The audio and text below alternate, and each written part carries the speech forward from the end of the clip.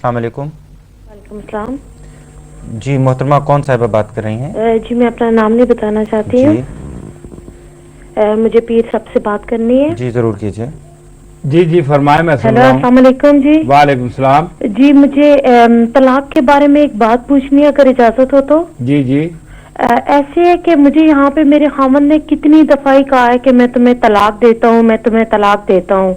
तो फिर एक दिन उसने मुझे बहुत मारा है और उसने मुझे यूं फिर कहा ऊपर नीचे कोई 6-7 दफा। उसके बाद मैंने उसका घर छोड़ दिया है। उसके बाद लेकिन हमने कुछ मौलाना से पूछा तो कुछ कहते हैं कि हाँ जी तलाक हो गई है, लेकिन कुछ कहते हैं कि तलाक नहीं हुई है क्योंकि कोई आपके पास कोई और गवाह नहीं था।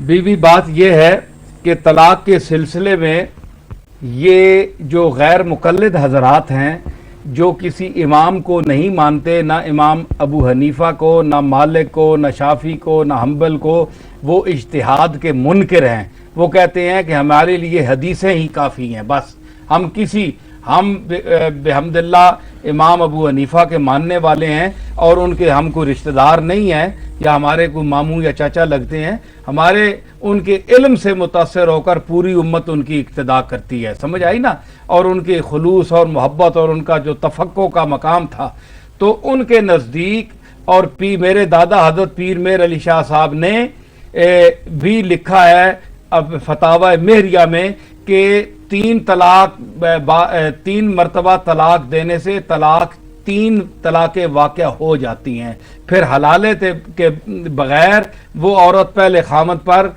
जायज़ नहीं होती। रहा ये सवाल जो गैर मुक़ल्लिद हजरात वो करते हैं, वो हज़रत इब्न अब्बास की एक रवायत है कि 3 अगर तलाक दो तो 1 वो होती है, वो अगर काबिल कबूल होती तो हमारे अइम्मा मुज्तहिदीन इमाम अबू हनीफा और बड़े बड़े इमाम मोहम्मद और इमाम यूसुफ जैसे लोग जो आजकल के ये जो हजरात हैं, ये उनके जूतों के धूल के बराबर भी नहीं है। तो ये वो इस पर ज़रूर इस रवायत को रख कर सामने और ये फतवा देते कि 3 तलाक़ें जो देता है वो 1 शुमार होती है, लेकिन हमारे नज़दीक नहीं है। हमारे फ़ुक़ाए अहनाफ के नज़दीक 3 देने वाला वो 3 वाक़या होती हैं। लिहाजा कोई आप उन लोगों की बातों पर न जाएं। अगर आप गैर मुक़ल्लिदा हैं तो आपकी मर्ज़ी है, फिर उसकी सनद पर कोई एतबार नहीं है। तो फिर ऐसा ना हो कि मेल मिलाप में वो फेल जो है वो हराम ना हो और हराम कारी ना होती रहे।